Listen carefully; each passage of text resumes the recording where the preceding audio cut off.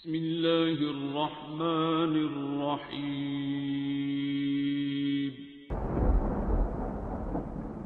السلام علیکم معزز ناظرین، آپ دیکھ رہے ہیں اوپیڈیا یوٹیوب چینل۔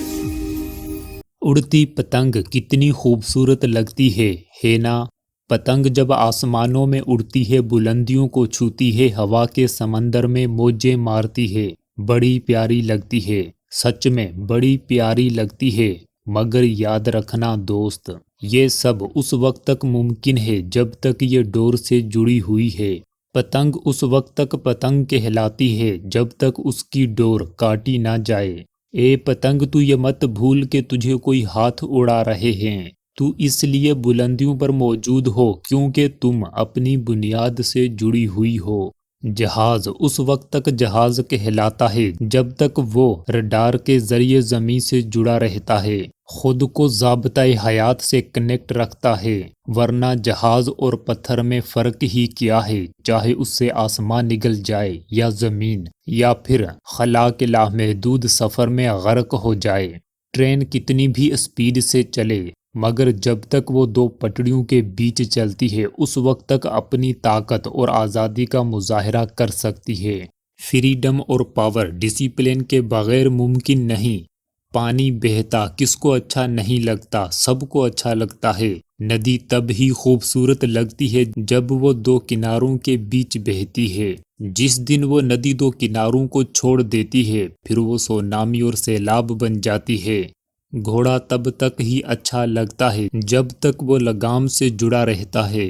انسان بھی اس وقت تک ہی اچھا لگتا ہے جب تک وہ اپنے رب اللہ تعالی سے جڑا ہوتا ہے، جب تک بندے نے اللہ کی رسی کو مضبوط تھاما ہوتا ہے۔ جس کو فریڈم چاہیے وہ بس اللہ تعالی کی بنائی ہوئی پٹڑی حدود کا پابند ہو جائے۔ مگر یاد رکھنا دوست، کچھ لوگ آزادی کے چکر میں آزادی سے دور ہو جاتے ہیں۔ اگر ٹرین پٹڑی سے آزاد ہونا چاہے تو اپنا وجود گنوا بیٹھے گی۔ اگر ہم ایک ٹرین کو آدمی کی مثال سے سمجھیں تو آدمی کا جسم ٹرین کی مانند ہے اور ٹرین کا ڈرائیور آدمی کی عقل کے مانند ہے۔ ڈرائیور یہ نہیں جانتا کہ ٹرین کس ملک میں بن کر آئی ہے، ٹرین کے پارٹس کس کس ملک میں بنے ہیں، ٹرین کا مٹیریل کن کھودائیوں کے دوران ملا تھا، اور ٹرین کے ٹوٹ جانے، فنا ہو جانے کے بعد کیا ہوگا۔ بالکل اسی طرح انسان کہاں سے آیا ہے، آدمی پیدا ہونے سے پہلے کہاں تھا، کب سے تھا، اور مرنے کے بعد کہاں جائے گا۔ کہیں وہ لامحدود کائنات میں غرق تو نہیں ہو جائے گا، یا پھر اپنے رب تک پہنچ پائے گا بھی یا نہیں۔ وہ سب انسان کے وجود کا شعور نہیں جانتا۔ لا آف اٹریکشن کے مطابق جو انسان سوچتا ہے ویسا ہی وہ بن جاتا ہے۔ جیسا آپ سوچتے ہو ویسا ہی آپ کے ساتھ ہونے لگتا ہے۔ حالات و واقعات بھی ویسے ہی ہو جاتے ہیں جیسا آپ سوچتے ہو، گمان رکھتے ہو۔ تو پھر دوست کیوں نہ آج ہم پھر سے لا الہ الا اللہ محمد الرسول اللہ پڑھ کر اس بات پر ایمان رکھیں کہ اللہ سب سے بڑا ہے، وہ ایک ہے، تمام خزانوں کا مالک ہے۔ لا آف اٹریکشن کے مطابق یہی ہمارا گمان ہمیں اللہ تعالی کے پاس لے جائے گا، رب سے ملوائے گا۔ آپ کا خط بغیر ایڈریس منزل پر نہیں پہنچ پائے گا۔ خط منزل پر تب ہی پہنچ پائے گا جب اس پر پتہ لکھا جائے گا۔ ایک گاڑی بغیر اسٹیئرنگ کے منزل پر نہیں پہنچ سکتی۔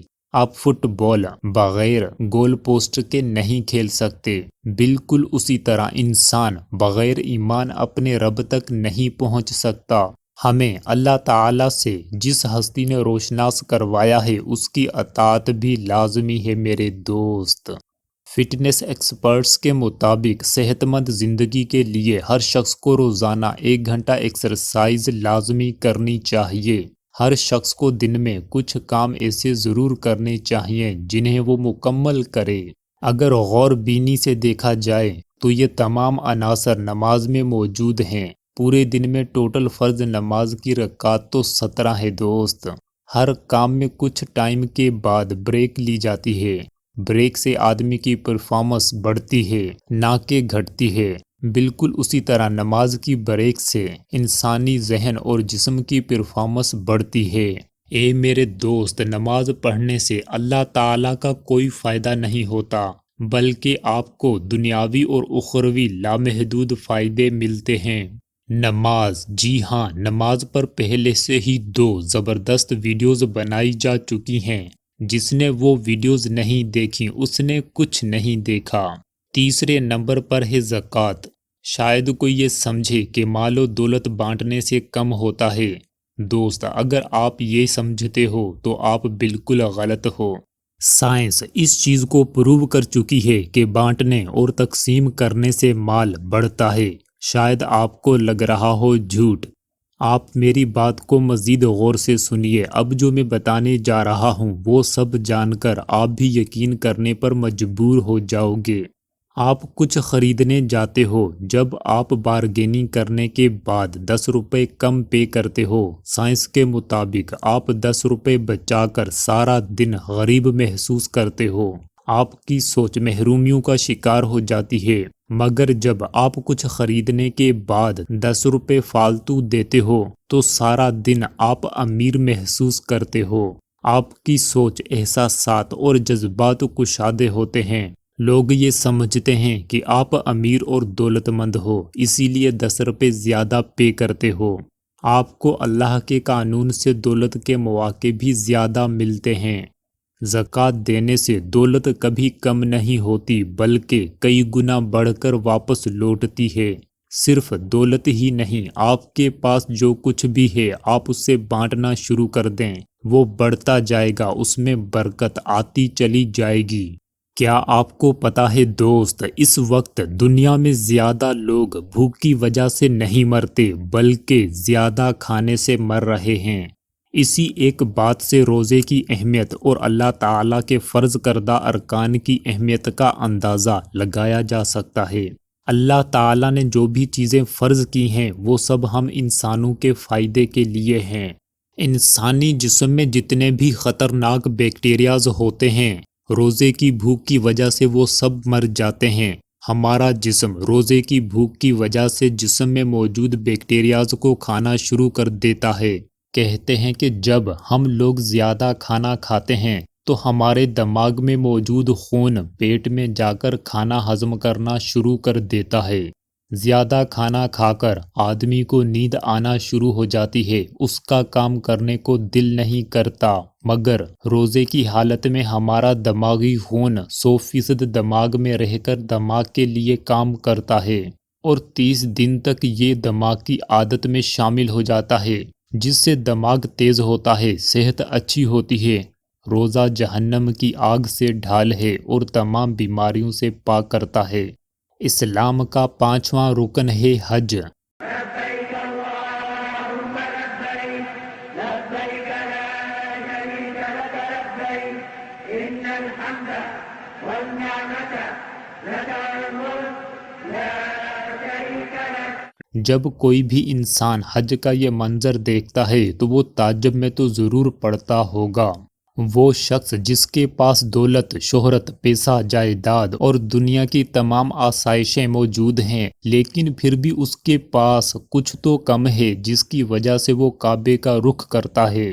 دنیا کے بڑے بڑے لوگ ہر سال مسلمان ہوتے ہیں، پھر وہ حج پر جاتے ہیں۔ آج تک بڑی بڑی سیلیبریٹیز دائرہ اسلام میں داخل ہو چکی ہیں، ان کے پاس کسی چیز کی کمی نہیں تھی۔ اگر آپ حج کے منظر کو غور سے دیکھیں، لاکھوں لوگ ایک ساتھ اپنے رب کو پکارتے ہیں۔ یہ لاکھوں کا سمندر کسی کی تلاش میں ہوتا ہے۔ یہ منظر دیکھنے والا بھی اپنے رب کے قریب ہو جاتا ہے۔ یہ شاندار منظر یہ شو کرتا ہے کہ جن کی پیاس ساری دنیا میں نہ بجھی، وہ پیاس بجھانے یہاں آیا۔ اگر ذکر و اذکار کی بات کریں، ذکر کرنا ٹائم کا زیان ہرگز نہیں ہے، بلکہ ذکر کو سائنٹیفک ٹرم میں افرمیشن کہا جاتا ہے۔ جب سیب کے ایک ٹکڑے پر آئی لو یو کہا گیا اور دوسرے حصے کو آئی ہیٹ یو، تو آپ دیکھ سکتے ہو کہ آئی لو یو والا حصہ دوسرے حصے کی بنسبت خوبصورت دکھ رہا ہے۔ جب ایک پودے کو برے الفاظ سے نوازا گیا تو وہ جلد سوکھ گیا۔ اللہ کا ذکر ایک بہت ہی کمال چیز ہے، یہ ہماری زندگی کو بدلنے کے لیے امرت ہے۔ آج کل مختلف قسم کے میوزکس اور ساؤنڈ کا بڑا رواج چل رہا ہے، جبکہ قرآن پاک کی تلاوت ایک بہترین نیچرل ساؤنڈ ہے جو صدیوں سے ہیلنگ اور تھراپیز کے لیے استعمال ہوتی آ رہی ہے۔ بلکہ ان فوائد سے بھی کہیں زیادہ بڑھ کر ہے قرآن کی تلاوت۔ ہماری عبادت دو چیزوں کا مجموعہ ہے، حقوق اللہ اور حقوق العباد، مطلب اللہ کے حقوق اور اس کے بندوں کے حقوق۔ یہی اسلام ہے، یہی اللہ کی حدود ہیں۔ اسلام ایک مکمل ضابطۂ حیات ہے۔ اسلام کی تمام حدود اور ضابطے انسان کی بھلائی اور کامیابی کے لیے ہیں۔ دوست، انسان پر سب سے بڑا حق اس کے پروردگار اللہ تعالیٰ کا ہے۔